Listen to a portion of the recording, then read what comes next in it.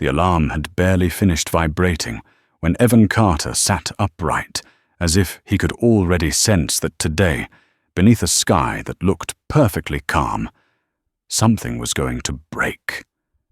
A hidden truth. A prejudice ready to erupt right in front of him, forcing an entire system to confront itself. But at 5:30 in the morning, inside a cold glass apartment overlooking downtown Chicago, Evan still had no idea that in just a few hours, every pair of eyes in a first-class cabin would lock onto him, judge him, insult him before they all choked on the simplest reversal. I own this airline. Early sunlight spilled through the tall windows like a sheet of gold settling over a city waking up. Evan stood still at the window, one hand resting on the stone counter, his deep eyes reflecting the skyline. 39 years old, a tech billionaire, the man who had purchased all of North Star Airlines after the merger was finalized last fall. And yet despite the success, the power, the position, Evan still woke with the constant feeling that he did not entirely belong to the world that had opened its doors for him. A feeling sharp and familiar like a small pebble, always stuck in his shoe, not large enough to stop him, but impossible to forget. He tied his tie slowly, every movement precise, a habit shaped since his college days. His grandmother always said, "You can be the smartest person in the room, but no one will see it if you do not know how to carry yourself." She was right. Evan learned to stand tall, speak little, listen much, and let his success speak the only defense he ever needed. But today he would need more. He would need the calm of a man who understood his own worth while surrounded by people who thought they could read him at first glance. His phone buzzed, a message from Amelia Brooks, his chief of staff. "The car is ready. First class ticket confirmed. Seat 1A. Good luck with the meeting." Evan allowed a faint smile. He never believed in luck. He believed in preparation. And today's presentation in New York would be the start of the largest reform North Star had ever attempted. He put on his suit jacket, chose his grandfather's old watch, a simple Seiko that cost almost nothing compared to his wealth. That was exactly why he liked it. It drew no attention, raised no questions, and never invited people to see him as someone they needed to impress. It simply reminded him where he came from. The elevator carried him to the lobby in silence. The doorman bowed. "Good morning, Mr. Carter." Evan nodded. He had no taste for noise, no taste for extravagance. The old Tesla Model S, not a Bentley, not a Rolls-Royce, waited for him at the curb. The driver, Thomas, opened the door. "Looks like a long morning ahead, Mr. Carter," Evan replied, voice low and steady. "Today will be important." The ride to O'Hare took about 45 minutes, and during that time, Evan reviewed his presentation while occasionally glancing out the window. Chicago's sky was brightening, but inside him was a heaviness, like a storm cloud that had not yet burst. It was not fear. It was instinct, the kind carried by those who had been underestimated too many times, and because of that, they were always ready. He stepped out of the car, pulling his small suitcase and simple leather briefcase. He did not use the VIP entrance. He did not want special treatment. He did not want anyone to know who he was. He preferred blending into the crowd, quiet and ordinary, to see things a CEO in a high office could never see. But that very choice led him into the first test of the day. At security, even though Evan had TSA pre-check, the officer held his ID longer than necessary. Their eyes went from the photo to his face, then back to the photo, as if searching for something wrong. "Is this your ID, yes?" Evan kept his tone controlled and polite. "Please step aside." Evan felt the familiar sigh rising inside him, not anger, but the fatigue of someone who had seen this too often. Ahead of him, a white man in a similar suit breezed through, without any extra questions, without any delay. Evan did not stare. He did not need to. Once again, the pebble in the shoe pressed against his skin. At the boarding gate, the attendant did not even look at his face at first. First class only. "I know." Evan handed over his ticket. The attendant glanced down, then their eyes widened, and their voice shifted completely. "Oh, I am so sorry, Mr. Carter. Please go ahead." Evan said nothing. He did not need to. He simply walked forward, carrying the familiar weight of being allowed into a place people believed he should not belong to. But within minutes, that belief would drown beneath a reversal none of them would ever forget. Evan entered the first-class cabin and chose seat 1A, quiet, spacious, perfect for work. He took off his jacket, folded it neatly, opened his briefcase, and thought the flight would be peaceful. He had no idea that within the few short minutes he left his seat to use the restroom a woman would walk into. The cabin sweep her eyes across the space like she owned it, and casually decide to take his seat, and that single action would trigger a trap she never saw coming. A trap that would lead to a moment shaking the entire internet when the man most underestimated in the cabin lifted his head and said in the calmest, sharpest voice, "I am the one who owns this airline." The plane had not even left the ground, but the first storm was already forming, and it would take everyone with it. As soon as Evan closed the restroom door behind him and stepped into the narrow hallway leading back to first class, he immediately sensed something was off. The atmosphere in the cabin had shifted, a faint tension in the air like water about to ripple. His seat 1A was no longer empty. A blonde woman with an elegant air was seated there comfortably, as if the seat had been reserved with her name engraved on it. She had already placed her Hermes bag at her feet, pulled out a wool scarf, and opened her laptop as though settling in for a long flight. There was no sign she believed she might be in the wrong place. Not even a moment of hesitation. Evan stopped for a beat, not out of surprise, but because of a cold, familiar weight beneath his sternum. A part of him had sensed this might happen the moment he stepped onto the plane. The woman was Madeline Turner, 46 years old, a recognizable face in New York's advertising world.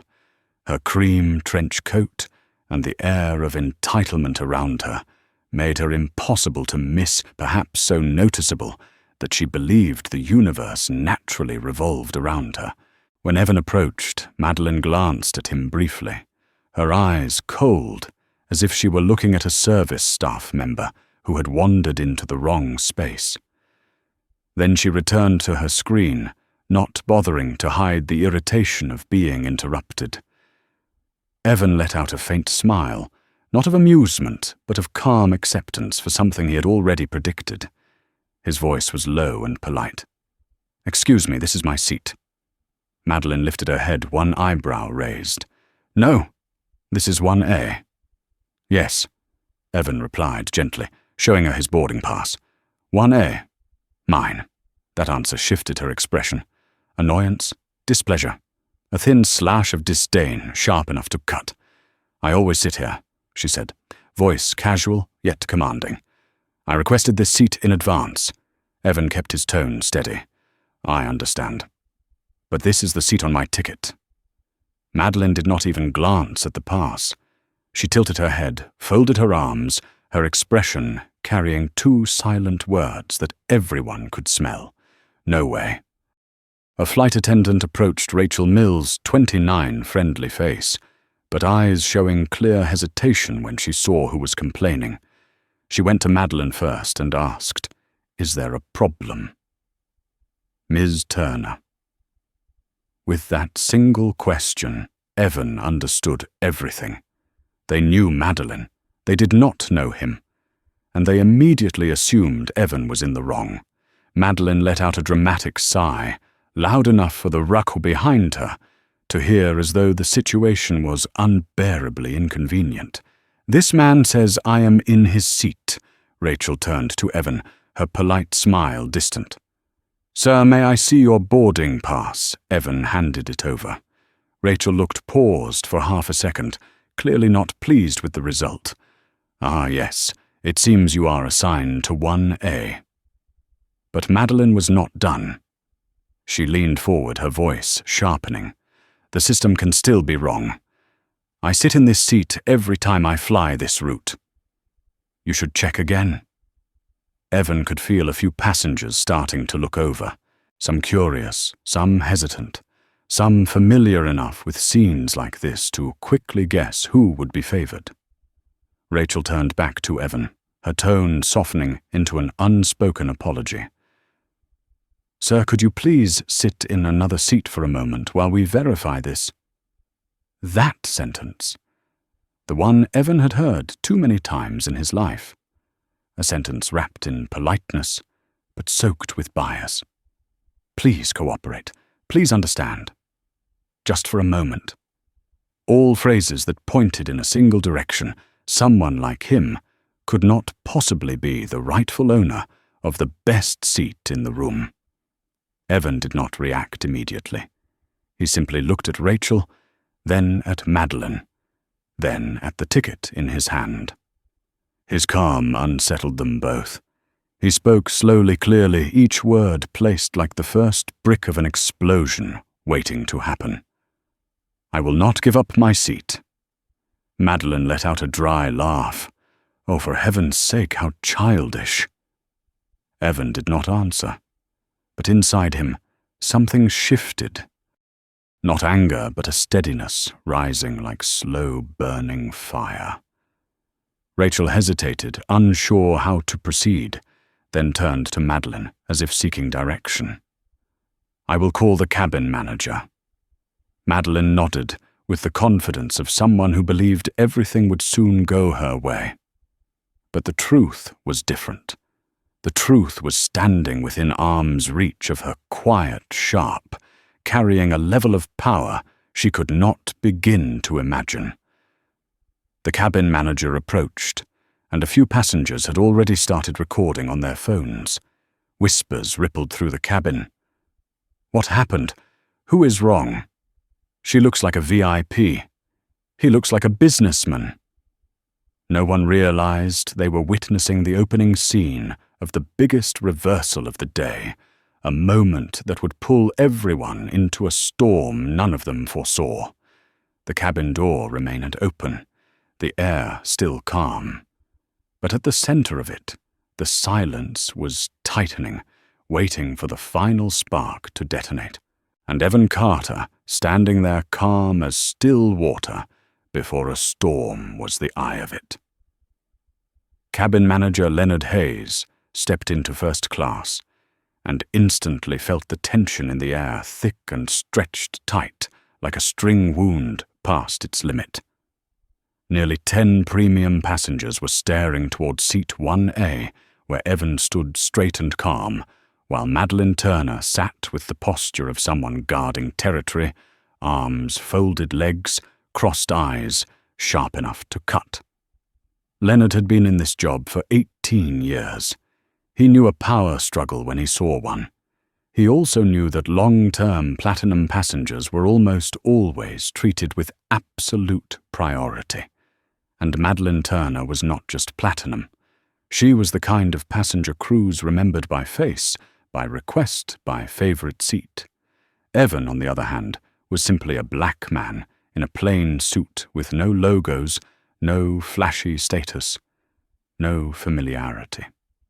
Quiet, polite, and underestimated the second he entered the cabin. Leonard approached, trying to keep his voice neutral. What seems to be the issue here, Madeline immediately cut in her voice, louder than necessary, so the entire audience in first class could hear. "This seat is mine. I sit in 1A on every single Chicago to New York North Star flight. I do not understand why the system allowed." She glanced at Evan, each word dropping like a stone. "Someone else to take it." Rachel, the flight attendant, quickly added, "We are trying to check again." "There may be a system error." Evan said nothing. He simply raised his boarding pass, steady and clear. 1A. My name. This flight. Today. Leonard looked at the ticket.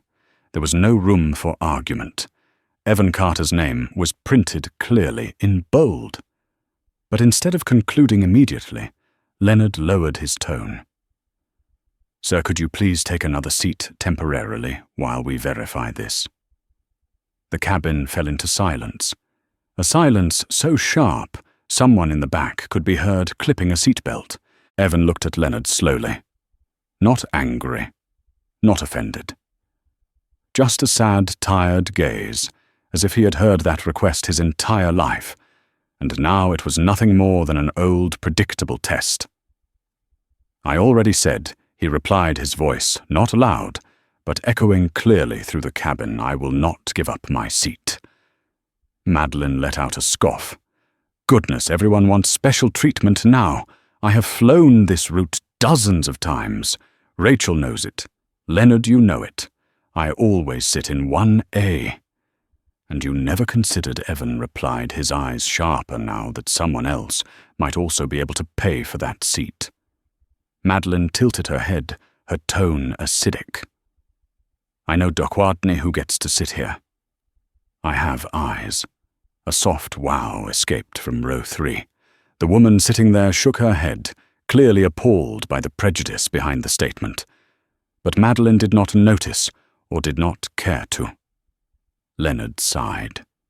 He knew he had to end this. The plane was delayed. The passengers were watching. Pressure was rising. "I will call the first officer," he said firmly. "We will follow protocol." Madeline nodded with full confidence, certain the first officer would side with her for one simple reason. She was familiar. Evan was not. Evan simply watched as though he were observing a play he had seen too many times before. A few passengers began recording. A man whispered, "This looks familiar." Another discrimination case. Another responded, "Hold on, let's see. Do not jump to conclusions yet." But their eyes never left Madeline, and Evan captivated, as though watching a stage performance. The cockpit door opened. First Officer Anthony Reed. 34 stepped out with a serious expression. He arrived at the front row. "What seems to be the issue?" Leonard explained swiftly. Anthony glanced at Evan's ticket, then Madeline's. He knew instantly who was right, but he also knew Madeline was a high-tier platinum passenger, frequently rewarded. He spoke slowly. "Ms. Turner, according to the system seat, 1A belongs to Mr. Carter today." Madeline shot up in anger. "The system is wrong. I always get this seat." "Check again." Anthony remained calm. "I have checked." "Then switch it," Madeline snapped. "He can sit somewhere else. The cabin is not even full." Evan stayed perfectly composed, not shaken, not intimidated, only carrying the steel resolve of someone who had been pushed into smaller spaces far too many times before. Anthony turned to Evan. "Sir, if you would be willing to sit elsewhere temporarily." The cabin collectively held its breath. Evan lifted his head, looking directly into the first officer's eyes, and with a voice that froze the entire cabin in a single beat, he said, "I will not give up my seat, and I do not need to be treated as an exception." He lowered his boarding pass. A brief flash of something metallic passed through his gaze, something no one could quite identify. Not anger, not defiance, but concealed power. Anthony took a step back, Madeline, in contrast, stepped forward, voice sharp and clipped. "Do you even know who I am?" Evan looked at her. Long. Still. Then he tilted his head slightly, a faint smile crossing his lips. "That is a good question." Someone behind whispered, "Oh no, that line is usually a bad omen." Leonard tried to intervene. "Ms. Turner, please remain calm. We need to resolve this properly," but Madeline cut him off, nearly shouting, "I will report this to corporate. This man has no right to be here. I want the highest-ranking manager of North Star here immediately." Evan closed his eyes for a brief second. 1 second long enough for him to gather every piece of memory, steady every rising emotion, and prepare for the moment that would drown the entire cabin in absolute silence. Then he opened them. His gaze was so sharp Rachel froze mid-breath. Evan stepped forward once, calm, commanding, not threatening but carrying the weight of someone accustomed to speaking the final word in a room full of powerful people. He spoke his voice, not raised but slicing clean through the heavy air. "If you want the highest-ranking manager of North Star," he paused. The entire cabin leaned toward him. "Then you are already looking at him."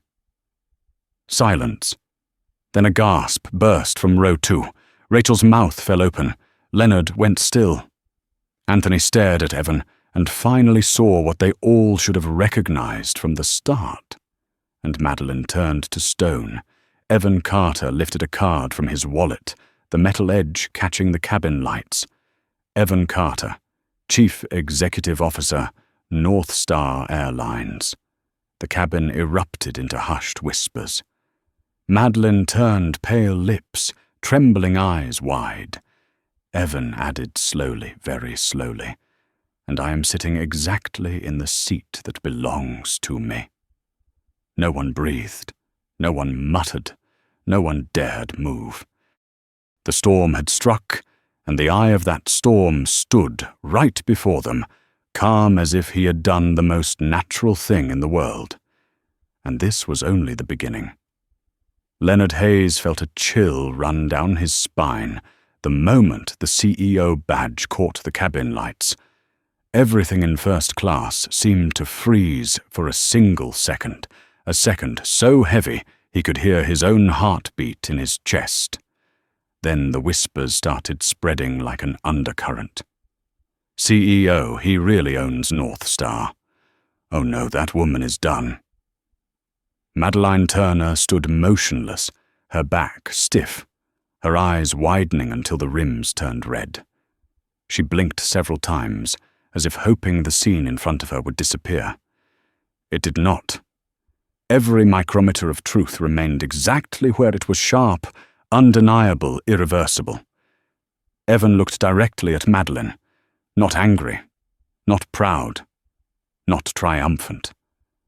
Only the calm, cold steadiness of someone far too accustomed to being underestimated and no longer willing to let it slide. "Ms. Turner." Evan said, his voice level and smooth like a still lake. "I believe we now have enough information to determine whose seat is whose." Madeline did not answer. She simply gave the faintest shake of her head, as if clinging to an alternate reality, one where she was the center, the most important person in the room, the one who could not be challenged. But the real world was different, and it was turning over right beneath her feet. Rachel Mills, the flight attendant, immediately changed expressions, from confused to pale, from dismissive to frightened.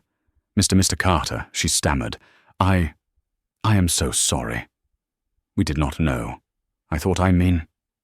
Evan looked at her for 1 second. 1 second long enough for Rachel to feel the weight of every action she had just taken, every doubtful glance, every instinctive lean toward Madeline, every unconscious bias woven into her words. But Evan didn't say anything. He did not need to. Rachel flushed, Red bowed her head and stepped back.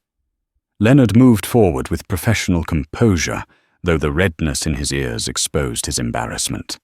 "Mr. Carter, we sincerely apologize for this mistake. We will resolve it immediately." Anthony, the first officer, gave Evan a respectful nod, looking at him properly for the first time. "Sir, if you need any further assistance, I am available." Evan nodded slightly. "Thank you." But at that exact moment, as the entire crew began shifting into deference, Madeline suddenly lurched forward in a desperate attempt to regain control. "Wait, wait." Her voice trembled, no longer sharp or certain. This must be, I do not know, a misunderstanding. I booked seat 1A. I always get that seat. Everyone here knows it. Your system must be wrong." Evan turned to look at her again, his eyes no longer sharp but sad. A sadness hard to name, the sadness of someone who had gone through this 100 times. He spoke softly but clearly. "You did not think I could sit in 1A. "Did you?" Madeline froze. She could not deny it, not in front of all the eyes fixed on her. "I had just assumed that someone like me could not have this seat," Evan finished for her. This time, no one in the cabin dared breathe. Madeline swallowed hard. A thin, fragile thread of an apology tried to escape her lips, but got stuck in her throat. She tried again, voice cracking. I was not." Evan slowly closed his wallet.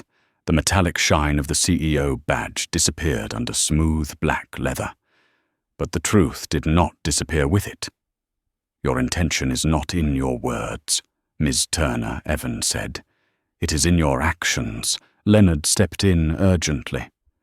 "Ms. Turner, you must return to seat 2C immediately. We are already behind schedule." Madeline stood frozen for another beat before her legs finally moved. Each step back toward seat 2C was weighted with the entire cabin pressing down on her shoulders. When she sat, her posture collapsed, and for the first time on the entire flight, she looked small. The passengers began reacting. Only hours ago they had looked at Evan as someone who did not seem to belong. Now, a middle-aged woman shook her head. "Awful. The bias is so obvious." A young man whispered, "He did the right thing. Not giving up was right." Another added quietly, "I recorded the part before he revealed his position. People need to see this." Evan heard them, but he did not turn. He did not want to become the face of a scandal. He only wanted to sit in his seat. At last, he stepped toward row 1A, his seat. He picked up his suit jacket, gave it a small shake to smooth the crease, and placed it gently on his lap, as if it was the only armor he had carried from his past into his present. When Evan sat down, the cabin fell into a different kind of silence, one filled with admiration, regret, discomfort, and respect. But Evan did not smile in victory. He simply stared ahead at the screen and thought, "Why do I need to prove I am the CEO before people believe I have the right to sit here?" That question cut deeper than anything Madeline had said. The aircraft doors began closing. The overhead lights dimmed. The plane prepared to push back. But inside Evan's mind, the real storm had only quieted, not ended. And he knew with absolute clarity that the consequences of that moment in seat 1A would not end when the plane took off. They would spread. They would reach the board, the media, the very system he was trying to change. And Evan Carter, the man underestimated inside the airline he owned, was about to face something far more intense. A chapter for which seat 1A was only the spark. North Star's Boeing 787 trembled lightly as it began to taxi, but that vibration was nothing compared to the shockwave quietly spreading through the first-class cabin. Evan sat in one back, straight hands, clasped eyes on the window, while his mind churned through a storm of 100 thoughts. He did not regret revealing his identity. Not at all. But he could clearly feel the wave forming ahead, the media, the board of directors, public reaction, and the sideways glances of passengers trying not to look curious. The seatbelt sign lit up. Chief Attendant Leonard made his final check before takeoff, but when passing row 1A, he slowed slightly, as if wanting to say something. "Mr. Carter." His voice lowered gentler than before. But Evan did not turn. "You do not need to apologize," he said evenly. "What happened did not begin with you." Leonard swallowed the words he had meant to speak. He continued down the aisle quieter than usual. When the plane lifted off, the thrust pressed gently against Evan's back. Chicago shrank beneath him, like a map of the life he had fought through, full of invisible borders he had torn down one layer at a time. But today, he had not prepared for this battle. 30 minutes after reaching cruising altitude, the air grew softer, but first class remained cold. Cold from awkwardness. Cold from shame. Cold because Madeline Turner sat in seat 2C, staring forward, as though looking even slightly to the left would expose the cracks forming behind her lashes. A flight attendant brought Evan his coffee. "Black coffee, no sugar."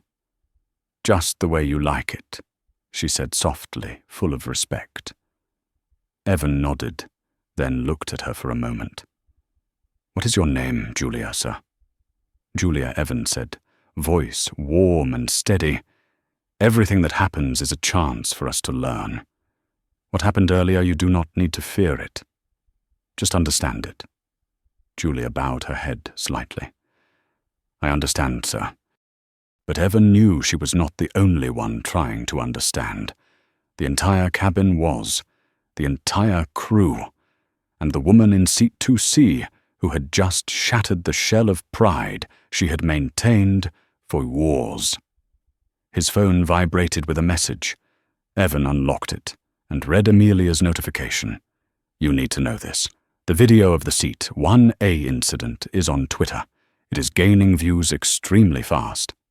Evan exhaled slowly, not surprised, but stung, deeply stung. Julia walked away. Evan opened the video she had sent. The clip was less than 15 seconds, capturing the moment Evan revealed the CEO badge and the voices of nearby passengers. "Wow, she is done. They treated a CEO like that. North Star needs to respond." Beneath it, thousands of comments, some supporting Evan, some attacking Madeline, some twisting the story into political ammunition. Too fast, too big, too chaotic. Evan turned off the screen, but the situation was far from over. In seat 2, Madeline shifted slightly, as though the pressure around her was crushing. Then she stood. A small movement, yet enough to catch attention. Evan heard slow footsteps approaching each one, dragging under the weight of regret. She stopped beside him. Exactly 40 centimeters away, "Mr. Carter."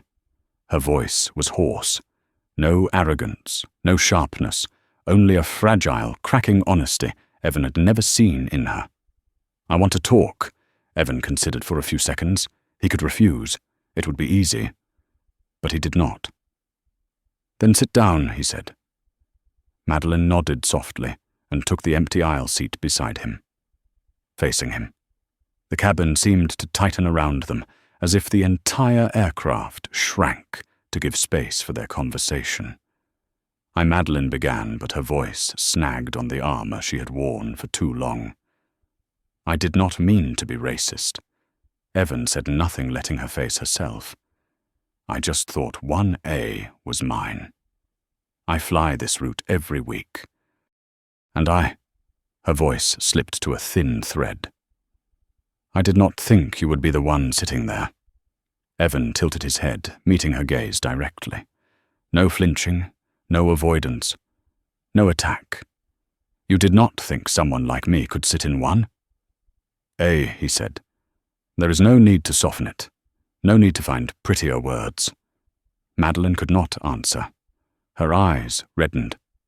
"I was wrong," she whispered. The hardest 3 words she had spoken in her entire career. Evan remained silent, but his silence forced her to continue. "I did not realize it.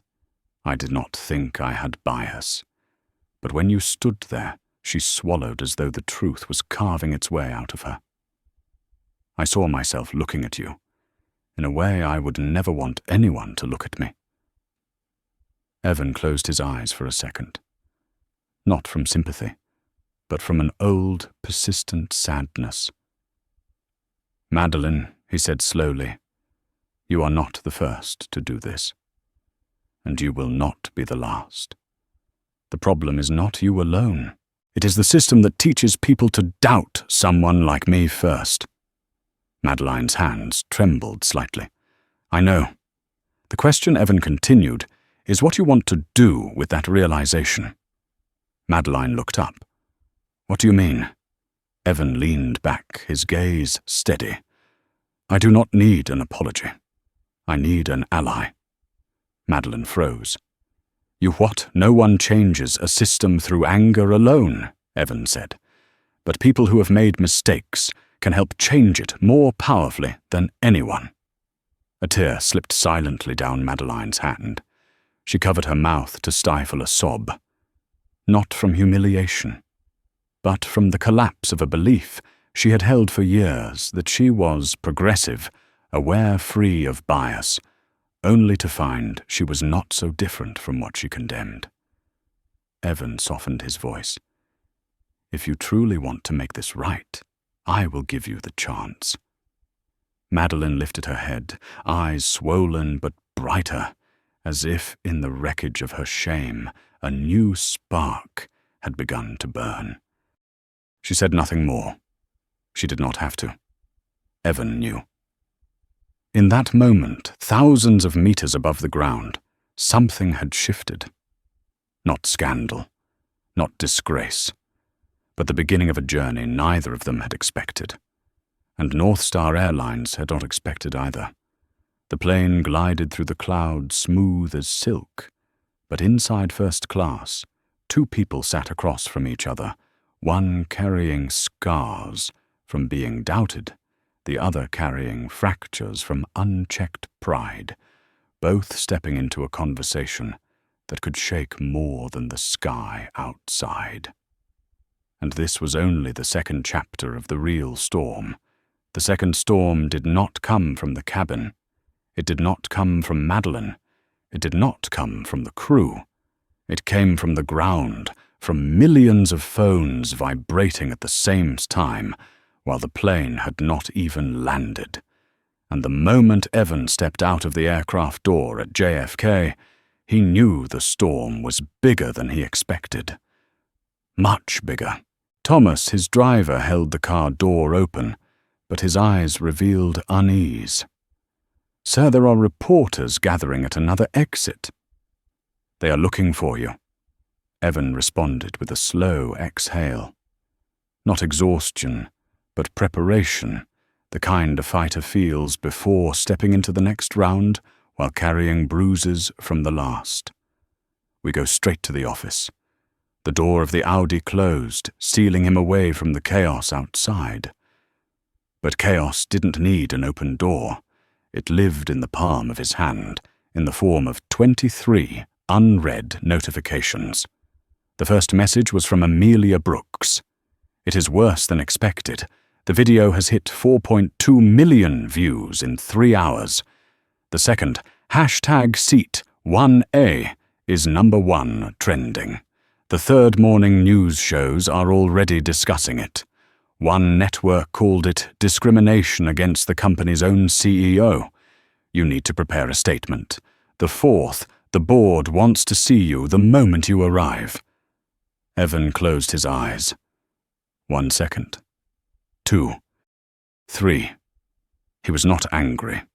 That was the strangest part. He was simply aware of the truth that when a moment hits the exact nerve of society's wound, it spreads uncontrollably. And his story, or rather the insult he had just experienced, had become a symbol in the eyes of millions. But Evan Carter could not afford to become a symbol. He needed to be the one steering an entire airline, which meant facing the board of directors in just a few minutes. The Audi glided into the underground parking of North Star headquarters. Evan stepped out, adjusted his tie, steadying his breath. But as he entered the elevator, that familiar sting hit him again. Once more they will doubt me. Not because of my capability, but because the storm around me is too big. The elevator doors opened.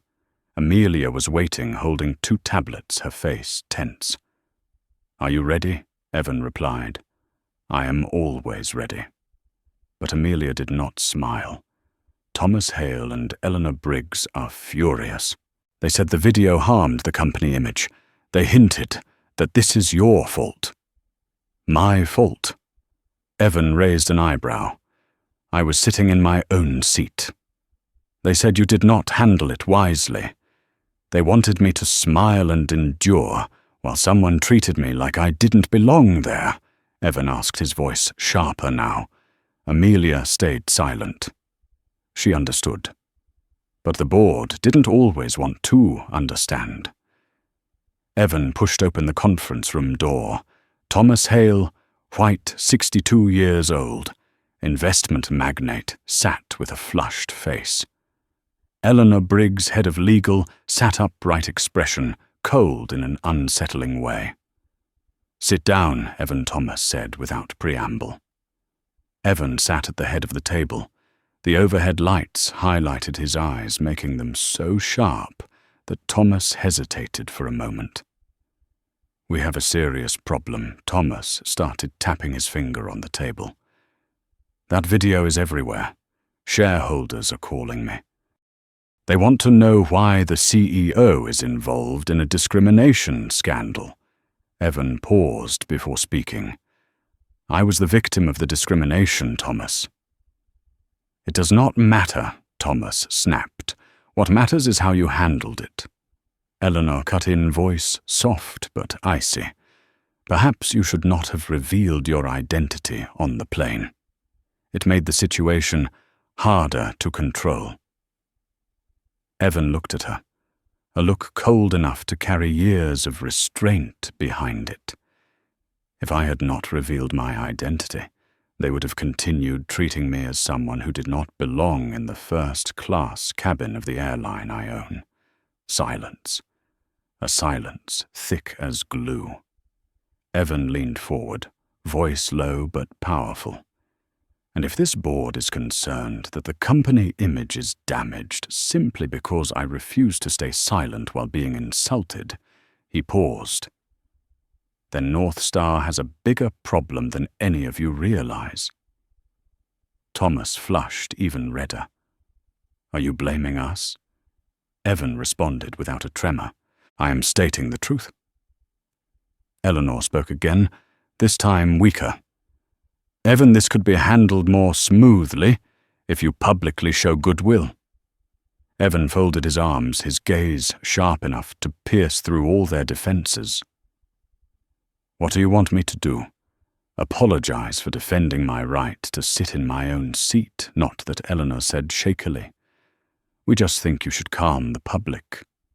Evan stared at them for a long moment. A faint smile appeared, not one of amusement, but of realization. "I will not let a minor incident become a symbol of weakness. But I will also not let it be swept aside, as if nothing is wrong." Thomas frowned. "What are you planning to do?" Evan stood up. The chair scraped against the floor with a sharp sound, like a blade being drawn. "I plan to use this incident," he said, "to launch the reform I have prepared since the day I bought North Star." Amelia looked at him, stunned but proud. Thomas looked at him, fearful and irritated. Eleanor looked at him, torn between objection and reluctant acceptance. Evan Thomas growled, "Do not turn your personal issue into a company matter." Evan turned to face him fully. "This is not just about me," he said, voice low but thunderous. "It is about the thousands of passengers who have stood exactly where I stood, not as CEOs, and were dismissed, doubted, treated as if they did not belong." He walked toward the door, and just before stepping out, he looked back. His expression, calm, his voice, cutting through the room like a blade. "And North Star will change, starting today, whether the board agrees or not." The door closed behind him, but the echo of his words remained in the room, like the rumble of engines accelerating on a runway unstoppable. And this was only the opening act of a far greater battle, a battle Evan Carter had spent his whole life preparing to face. The meeting room door closed behind Evan with a sharp click, a sound that rippled through the executive floor of North Star like the signal for an explosion. The atmosphere in the corridor was always cold, bright and sterile. But today, every one of Evan's footsteps seemed to vibrate against the glass walls, the polished lights, and the breaths of employees who looked up as he passed. No one asked questions. No one dared. The presence of a CEO at North Star usually carried authority, but today it carried something else. Something like thunder, a sense that something massive was about to break. Amelia caught up to him after a few steps. "Evan, I know," he said, quietly, sharply. "The video is spreading out of control. It's not just the video." She handed him the tablet. "Look." Evan glanced down. A new article had just been posted by a prominent aviation journalist, a still image taken from the 1A clip the moment he raised his CEO badge. The headline, "North Star CEO denied his own seat, the hidden face of first-class service." Evan exhaled. Not from exhaustion, but because the predictable had arrived. "Amelia," he said, "set an emergency meeting with PR, legal, and communications. 1 hour. I already sent out the notice." She looked down briefly, her voice softer. "Evan, I know you're tired, but you are not alone." Evan looked at her for one quiet second, a second that softened him, even if only slightly. "Thank you." 1 hour later, the executive conference room on floor 47 was full. Serious faces, Zoe Chen, head of PR, James Porter, Chief Legal Officer, David Ramirez, Vice President of Customer Experience, all fully aware that the video was spreading like wildfire. Evan stood in front of the large screen. No slides, no script, only his presence, and the moment he was about to lead them into.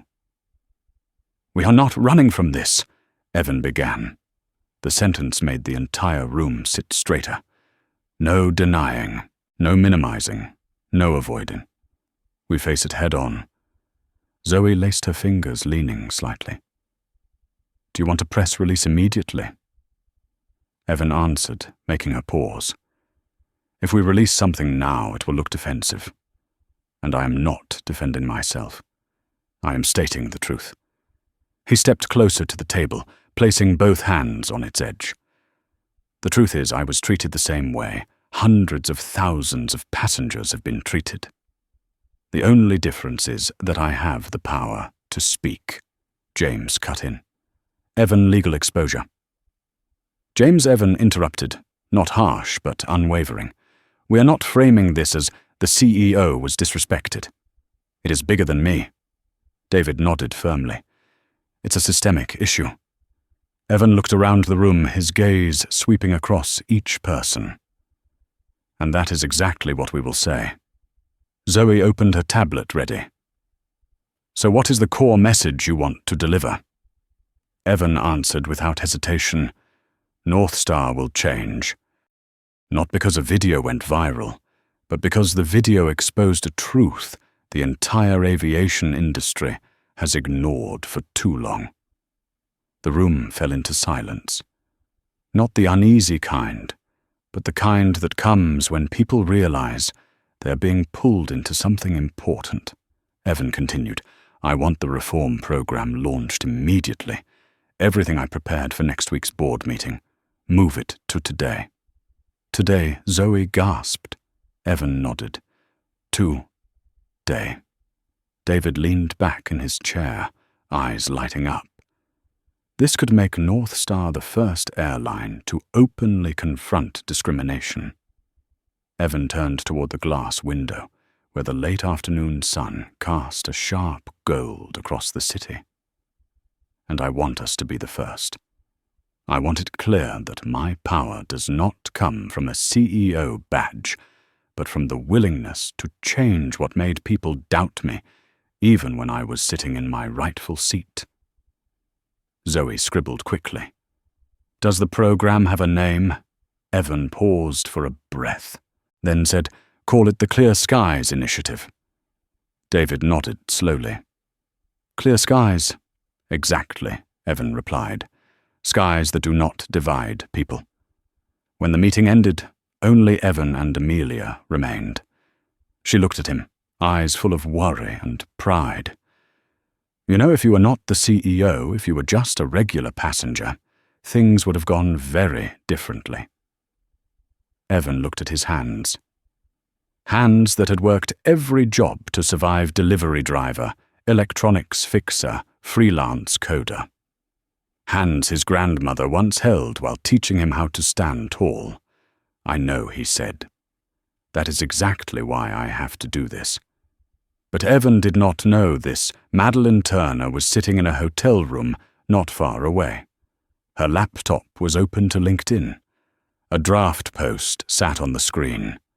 I would like to clarify what happened on North Star Flight 221. She erased it. Typed again. Erased again. Her hand trembled. Inside her, a different battle raged, pride against truth, fear against responsibility. Finally, she placed her hands on the keyboard and turned on the front camera, her eyes red. She began recording a video that would ignite everything even further.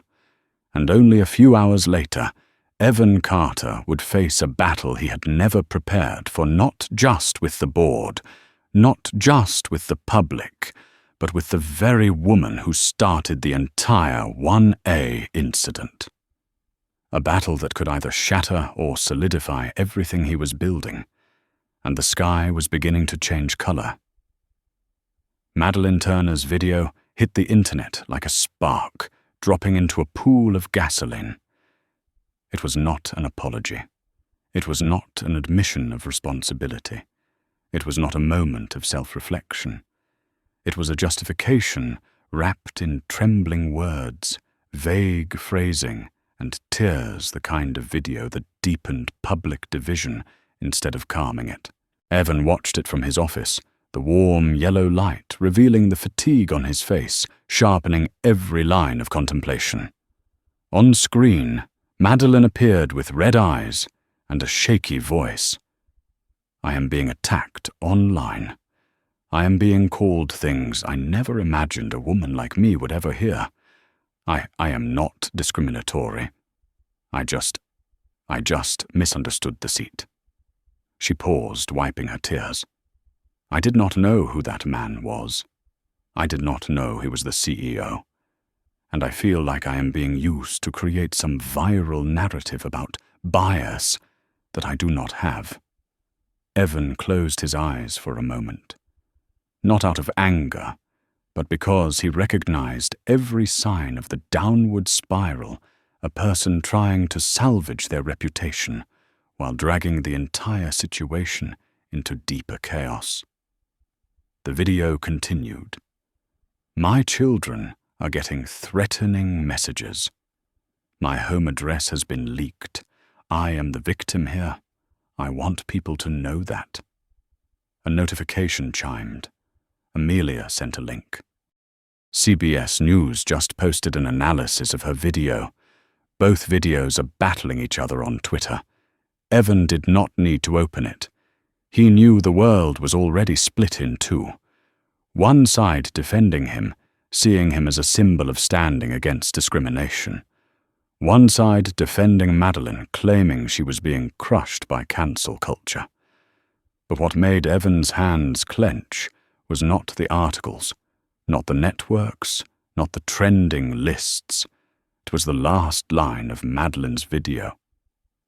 "I will continue telling my truth, and if necessary, I will take legal action to protect my name." Evan opened his eyes and stared at the screen as if looking directly at her. "You do not understand," he murmured. "You think this is a battle between you and me, but it is much bigger than us." Amelia rushed into the office.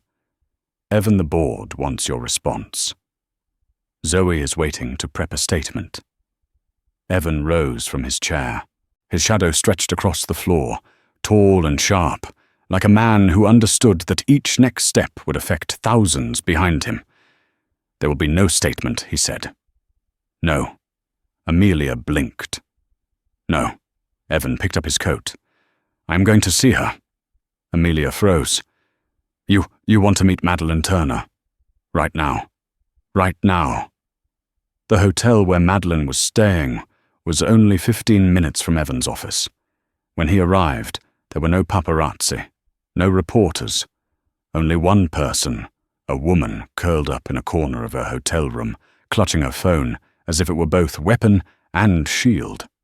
When she heard the knock, Madeline flinched. She thought it was staff.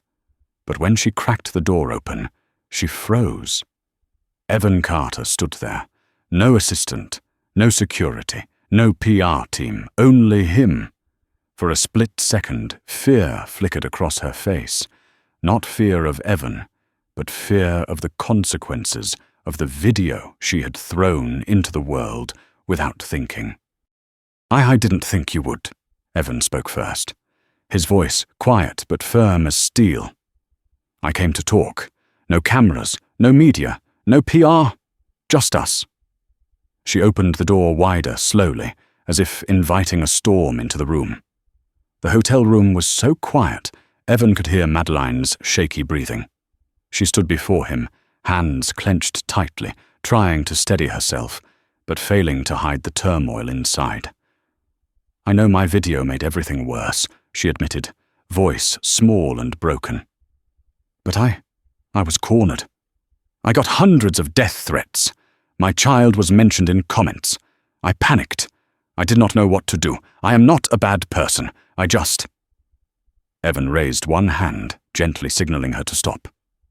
"Madeline," he said, voice low but warm, "I did not come here to blame you." She bowed her head, shoulders trembling. "Then what do you want?"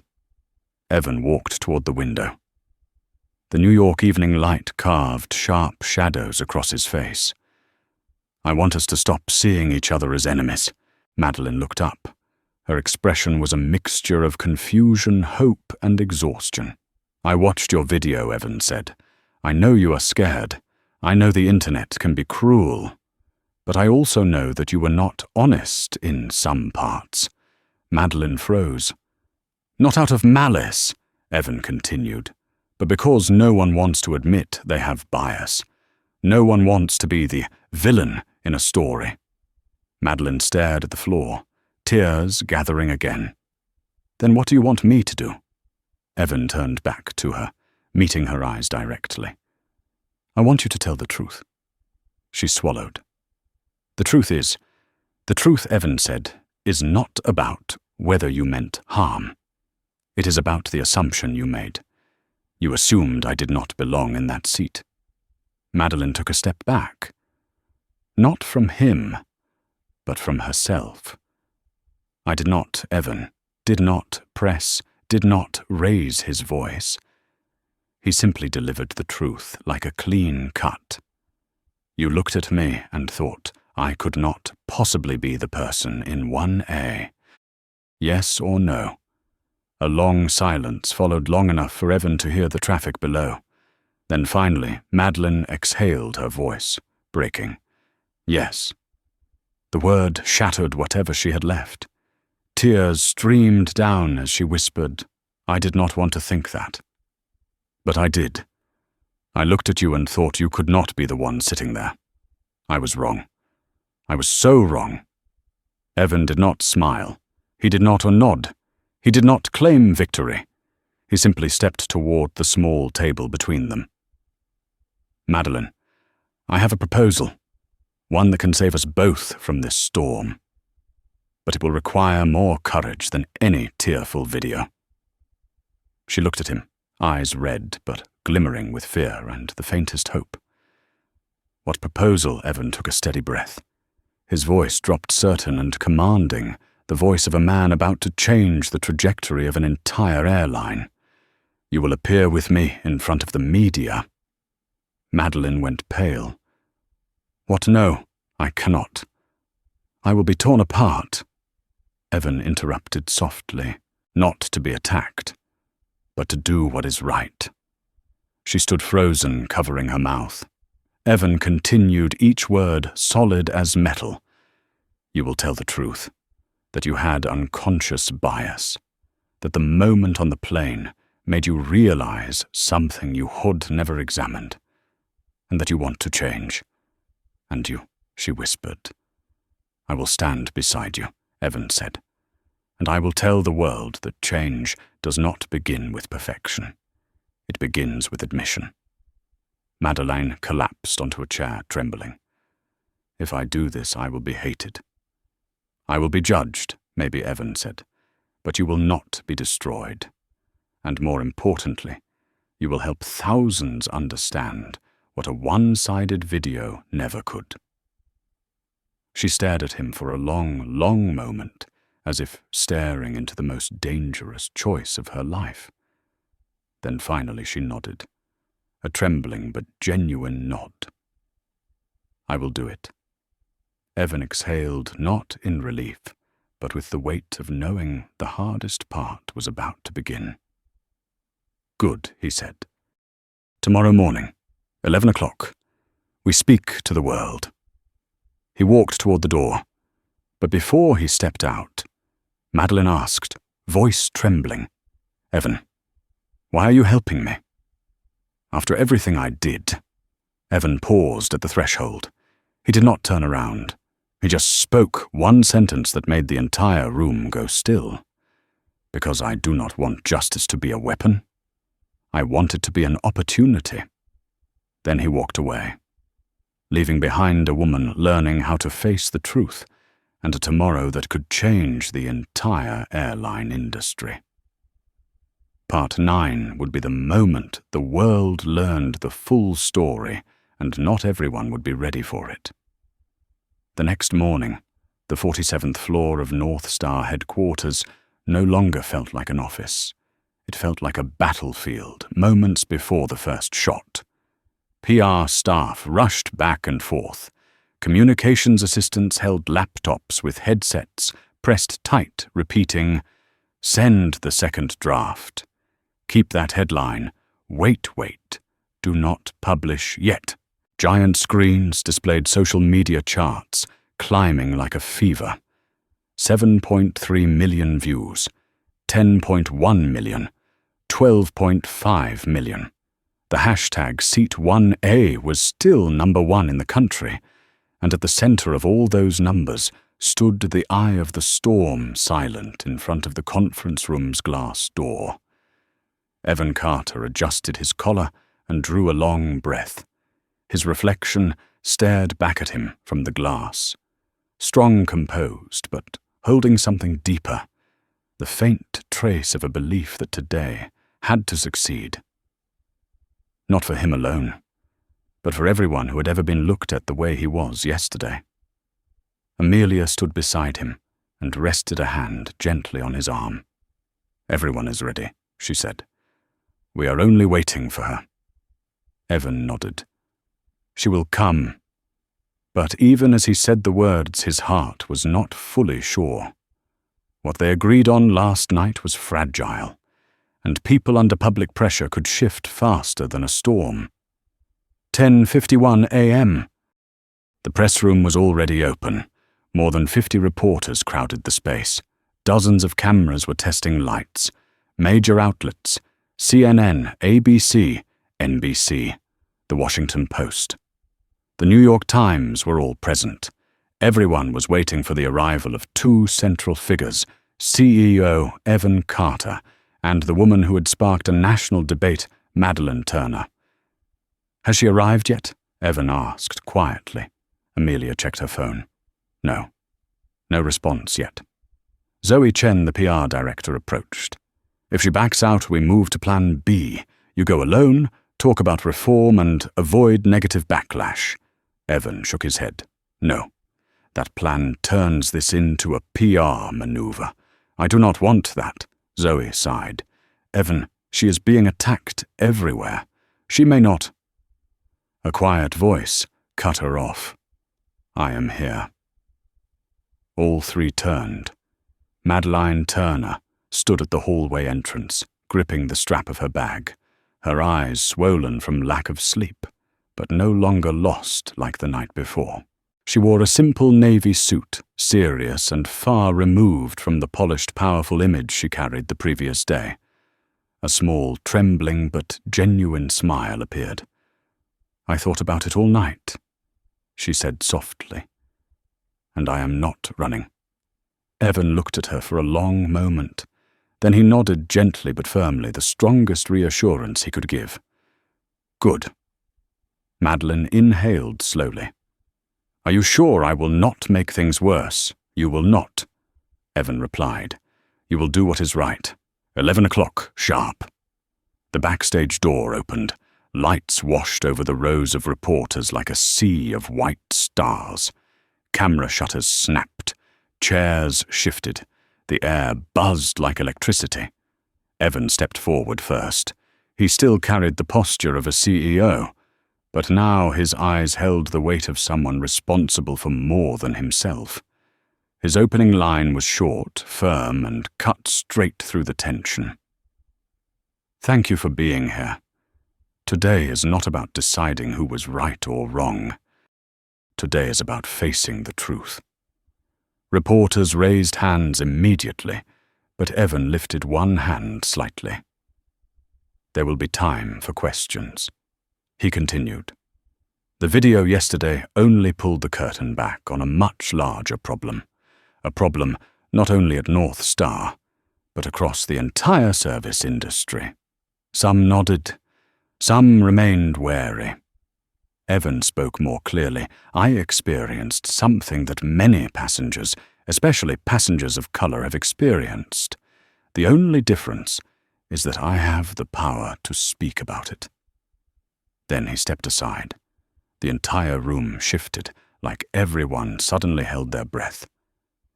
Today, Evan said, "I am not standing alone. I want to introduce the person who chose to face the truth with me." The backstage door opened again. Madeleine stepped out. The moment the lights hit her, the room erupted. Cameras flashed wildly. Reporters whispered. Some gasped. Some murmured. She actually came. What will she say? Madeleine stood behind the podium, glanced at her notes, then slowly set them down. She lifted her head and met the lenses of dozens of cameras. Her voice trembled slightly, but her words were clear. "I was wrong."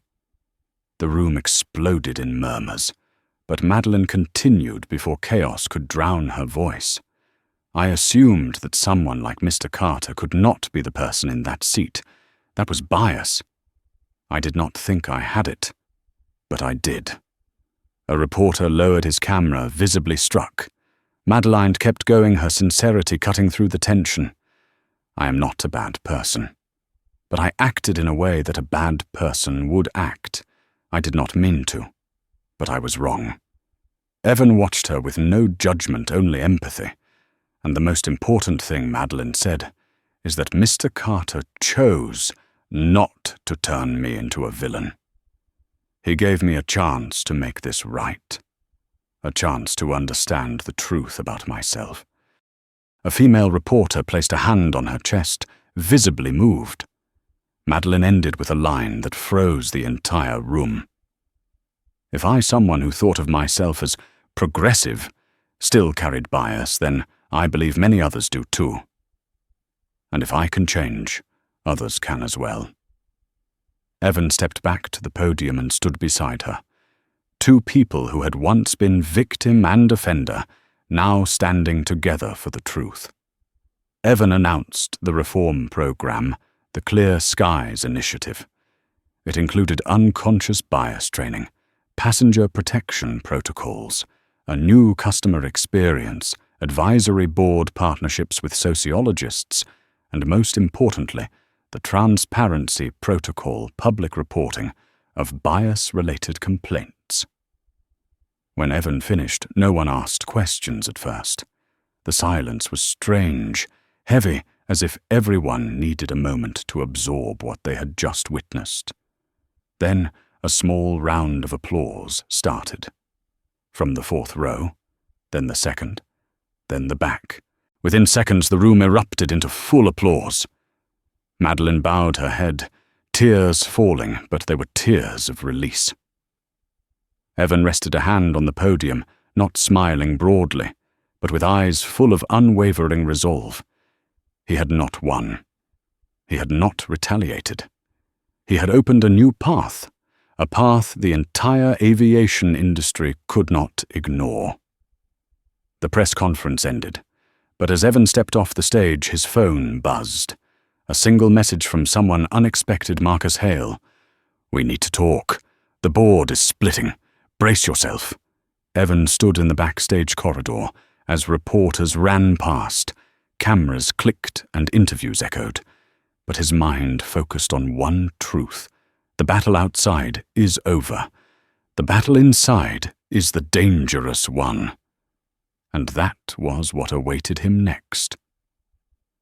The message from Marcus Hale, chairman of the board, was not just a summons. It was an alarm. A warning Evan had anticipated, yet could not take lightly. He stood in the corridor behind the press conference stage, surrounded by footsteps, camera clicks, and distant voices calling his name. But in his mind, only 4 words echoed the ones Marcus sent. The board is splitting. What had happened in front of the media was a moral victory. But to the board, morality never determined the outcome. Interests, influence, brand image, dividends. Those were the languages they spoke. And Evan knew he had just ignited a spark inside a room full of explosives. 1 hour later, in a closed meeting room, only 7 people were present. Evan Marcus Hale, Eleanor Briggs, 2 senior board members, Amelia and James Porter, from legal. The air was cold and sharp like a blade. Marcus was the first to stand. He looked at Evan for a long moment, and his eyes didn't show anger as Evan expected, but something more complex, concern, calculation, and doubt about Evan's choices. Evan Marcus began this morning's press conference, created shockwaves. Evan stood straight. "I know." "No," Marcus emphasized quietly. "Shockwaves in both good and bad ways." Eleanor sat with her arms crossed, her gaze sharp as a razor. Good for long-term image, bad for short-term stability, and extremely risky for North Star during a restructuring phase. Another board member spoke up. "We received an email from our major partners in Singapore. They are worried about the instability of the leadership team." Evan allowed a thin smile. "Instability." "Because I spoke the truth," Marcus sighed. "Evan, you must understand, North Star is not just an airline. It is a global brand. Every move must be calculated." Evan met his eyes directly. "And you think I did not calculate my decision to stand beside Madeline this morning?" Eleanor leaned forward. "Miss Turner is a liability. She could change her statement. She could turn against you under pressure from public opinion." "She will not," Evan replied firmly. You cannot know that. I do know, Evan said, his voice slow but sharp, because I spoke to her as a human being, not a PR tool. Eleanor fell silent. Marcus stepped closer, his voice soft but tight, like a stretched string. Evan, you are the youngest CEO North Star has ever had. You are smart. You are brave. But you are playing a game the rest of us have played far longer than you. And I am telling you, with the press, you did the right thing. But with the shareholders, you created a problem. Evan tightened his fingers slightly. So what do you want? Marcus inhaled, then said, a closed session with the entire board. No media, no PR. Just the truth. Evan raised his chin. When right now, the boardroom lit up under dozens of cold white ceiling lights. 16 board members were already seated. Some looked at Evan with respect, some with worry, some with harsh skepticism. When Evan entered, quiet murmurs rippled through the room. No one stood to greet him, a clear sign of how bad things were. Marcus gestured for him to begin. Evan stepped to the center. No tablet, no notes, no presentation, only himself. He looked around the oval table. I will say this from the heart, and I will say it once. No one even breathed deeply. Evan continued, his voice steady but resonant in every corner. I did not create a crisis. I exposed what North Star has buried under the rug for far too long. A grey-haired man smirked. You dragged this airline into a national storm. Evan turned toward him. If a black CEO sitting in his rightful seat 1A is still doubted, then North Star needs to face that storm, not avoid it. Eleanor leaned forward. Evan, the issue is that you have forced us to manage a national-scale crisis. That directly affects shareholders. Evan answered instantly, refusing to let her steer the framing.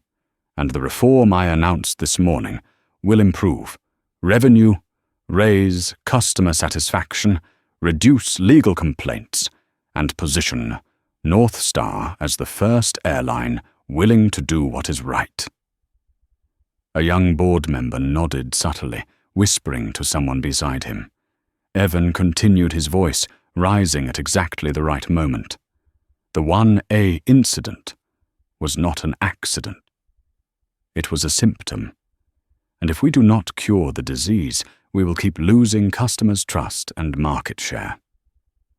Marcus watched him, and for the first time in the meeting, his gaze softened. Evan delivered his final line, a line that froze the room like ice. I refuse to let North Star become the airline where a black CEO must prove he deserves the seat he already owns. And if we build a system strong enough that I can sit there without my CEO badge, then millions of passengers will finally be treated the way they should be. Silence. A deep, cavernous silence. Then the young board member stood. I support Evan. Another spoke. So do I. Then another. And another. The division Marcus warned him about was shifting. No longer opposition, but a split between the old guard and the new generation. Marcus exhaled, looking at Evan with a mixture of surprise and respect. All right, he said. The board will vote. The vote took less than 10 minutes. Final result, 12 in favor, 4 opposed. The Clear Skies initiative was approved. Evan had won. Not through power, not through force, but through truth, through conviction, through purpose. When the meeting ended, Evan stepped into the long marble hallway. Amelia waited at the far end. Are you okay? Evan gave a soft smile, not the smile of victory, but the smile of someone who just set down a heavy weight. I am. But as he looked through the glass wall and saw the clouds drifting over the New York sky, he knew one thing clearly. This was not an ending. This was takeoff. A beginning. The sky ahead was not perfectly clear yet, But it was changing, and North Star Airlines was preparing to be the first to fly into that new sky, with Evan Carter at the helm, and this was only the first chapter of a new era. From the perspective of behavioral experts and organizational leadership specialists, Evan Carter's story is not just a moment of confrontation on an airplane. It is a vivid demonstration of how a seemingly small experience can expose deep fractures within a system. What sets Evan apart is not the authority of a chief executive officer, but his ability to transform insult into reform, turn conflict into dialogue, and turn someone else's mistake into an opportunity to reshape the service culture of an entire industry. The lesson here is profound justice does not always have to be tied to punishment. Sometimes it is the journey from acknowledging wrongdoing to making it right. If this story resonates with you, please like and subscribe to continue following more powerful journeys of awakening. And before you go, leave a short comment. Time to change.